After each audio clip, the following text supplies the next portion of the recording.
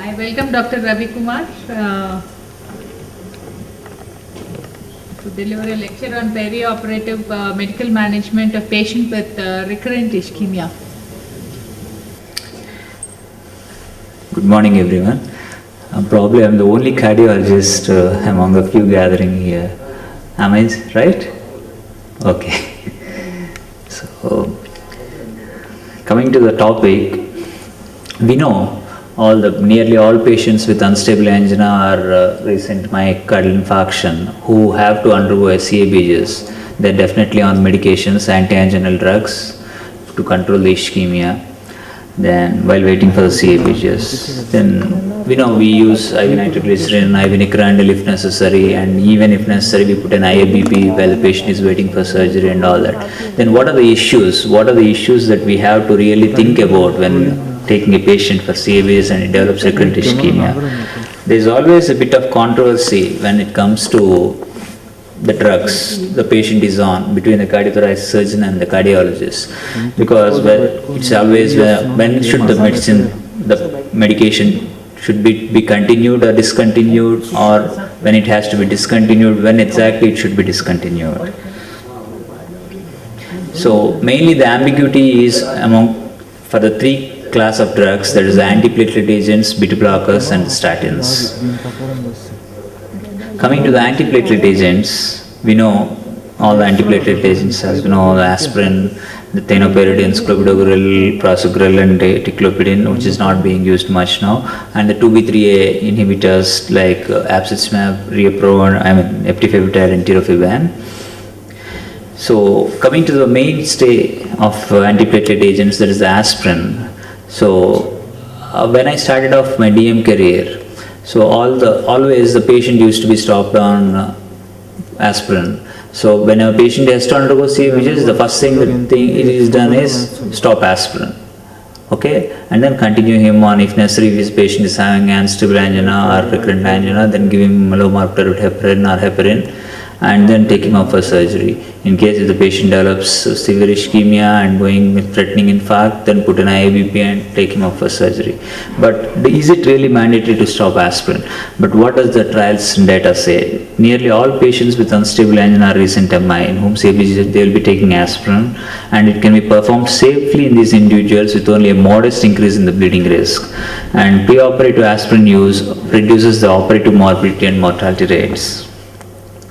Coming to the other antiplatelet agents, there is a Clopidogrel, which is very commonly used, and it's actually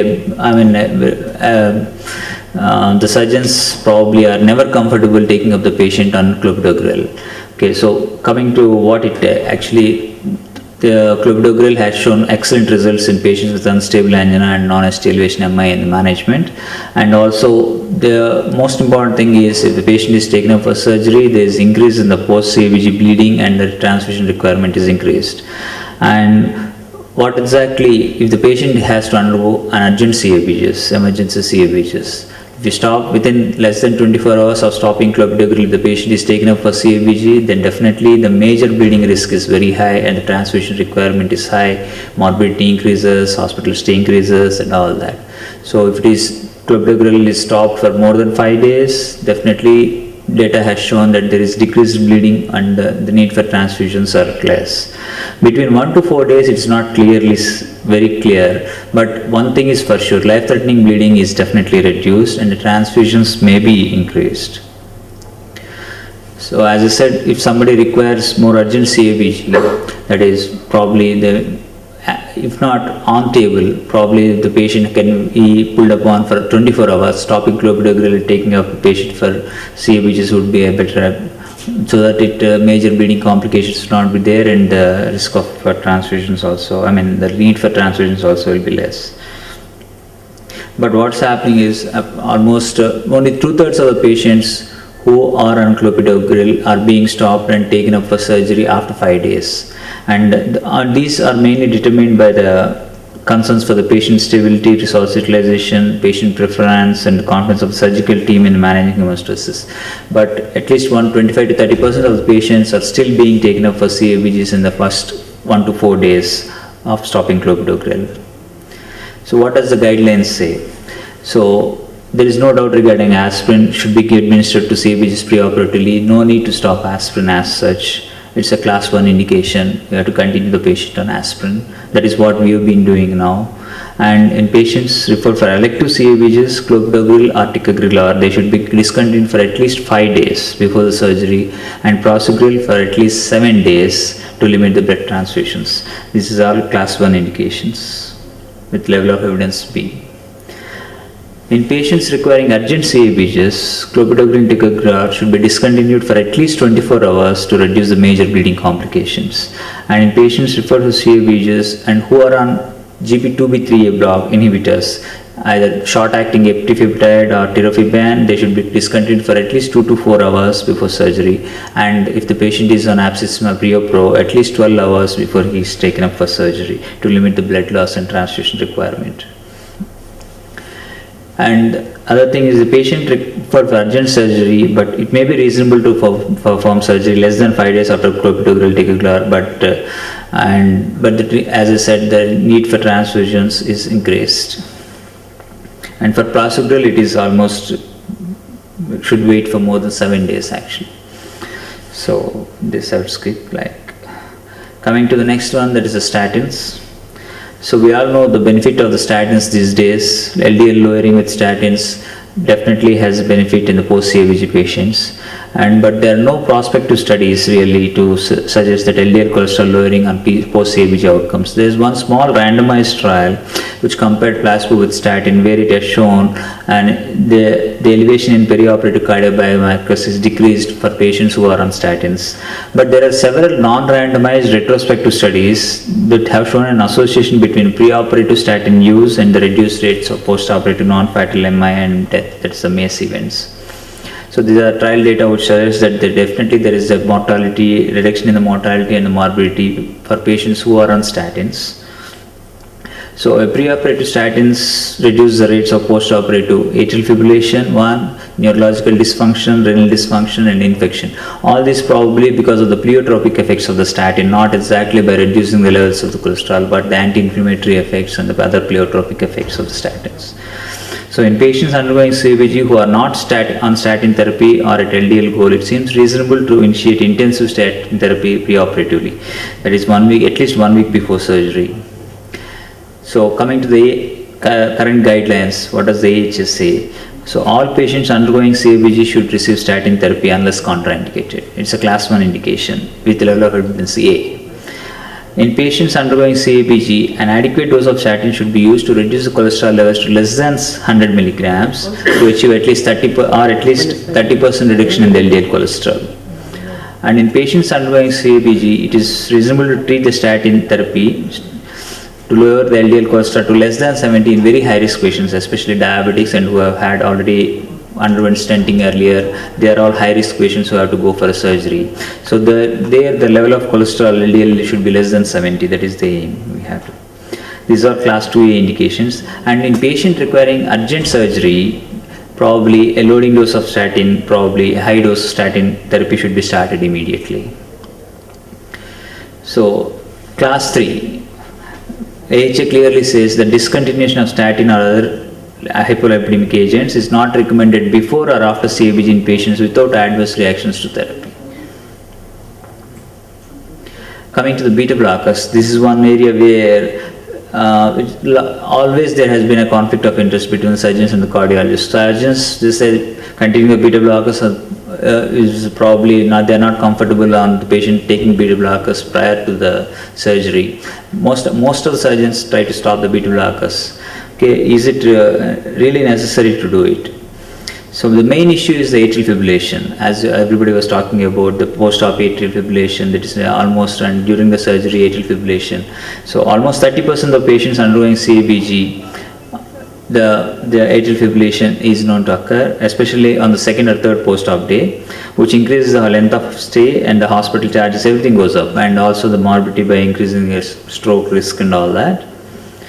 So currently, preoperative or early post-operative administration of beta blockers is considered standard to prevent the atrial fibrillation after CABG, except in patients with either active bronchospasm or if they have a marked resting bradycardia. So withdrawal of beta blockers in the perioperative period, it doubles the incidence of postoperative AF after CABG. These are trials on the beta blockers which have looked into the benefits of beta blockers on the mortality and morbidity, where all these trials have shown the benefits of beta blockers. And the short acting, especially esmolol, if in case if the beta blocker is stopped for more than few days and the patient develops on during the surgery, IV esmolol has shown definitely a beneficial effect in reducing the myocardial ischemia as well as the risk of atrial fibrillation. So the AHA guidelines, coming to that, beta blocker should be administered for at least 24 hours before CABG to all patients without contraindications to reduce the incidence or clinical sequelae of postoperative AF. And beta blockers should be restituted as soon as possible after CABG in all patients without contraindication to reduce the incidence or clinical sequelae of atrial fibrillation. And beta blockers should be prescribed to all CABG patients without contraindications at the time of hospital discharge. It is preoperative, postoperative immediately as soon as possible, and at time of discharge. Where when there are no contraindications to the patient, definitely beta blockers have to be started upon. Those are all class 1 indications. Okay. Then coming to the class 2 indications, preoperative use of beta blockers in patients without contraindications and in the patient has an ejection fraction of more than 30% may be effective in reducing the risk of in-hospital mortality. They can be effective in reducing the incidence of perioperative myocardial ischemia. And intravenous administration of beta blockers in clinically stable patients who are unable to take oral medications is reasonable in the early postoperative period. The effectiveness of preoperative beta blockers in reducing in-hospital mortality rates in patients with ejection fraction of less than 30% remains uncertain. So, thank you very much for giving me this opportunity.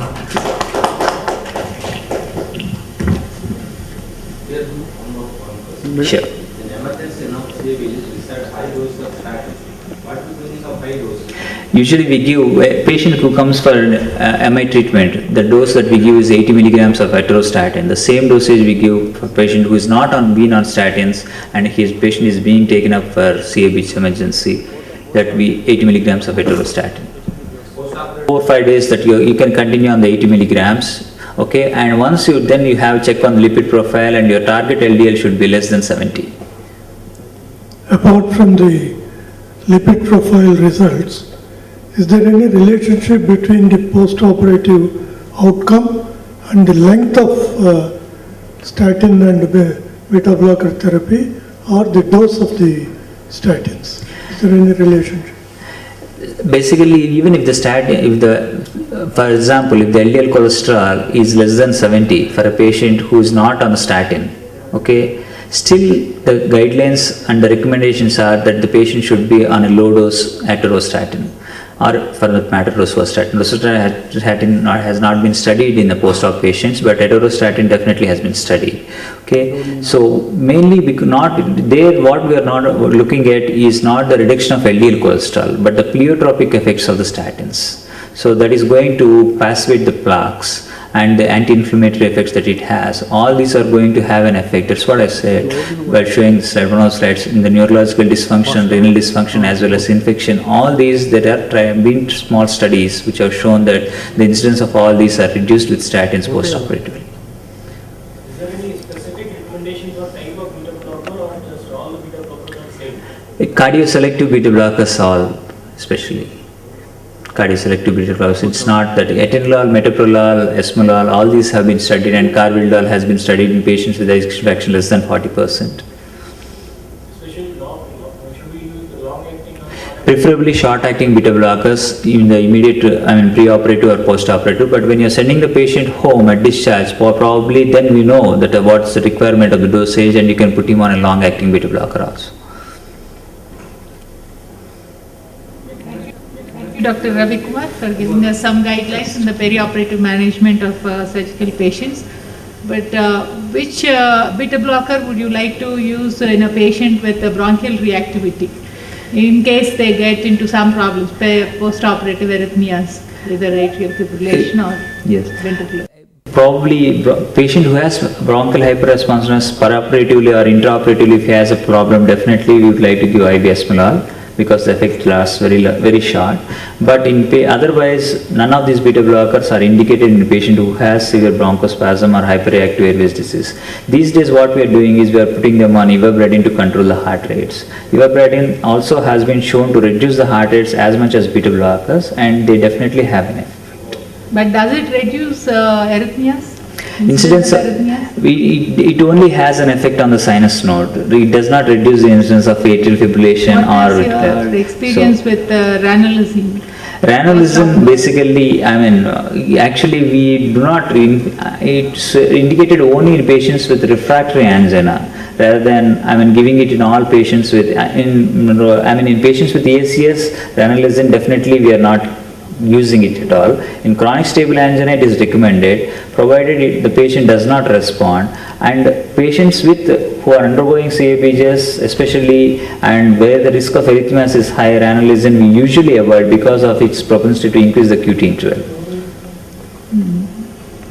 But most of our cardiologists feel like they can either prevent or control atrial fibrillation or atrial arrhythmias particularly by keeping them on ranolazine. That is mainly because it inhibits the slow influx current of sodium, it acts on the sodium channels, so whereby the intracellular calcium is reduced.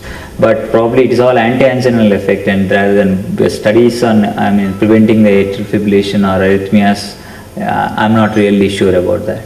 Thank you. Yes.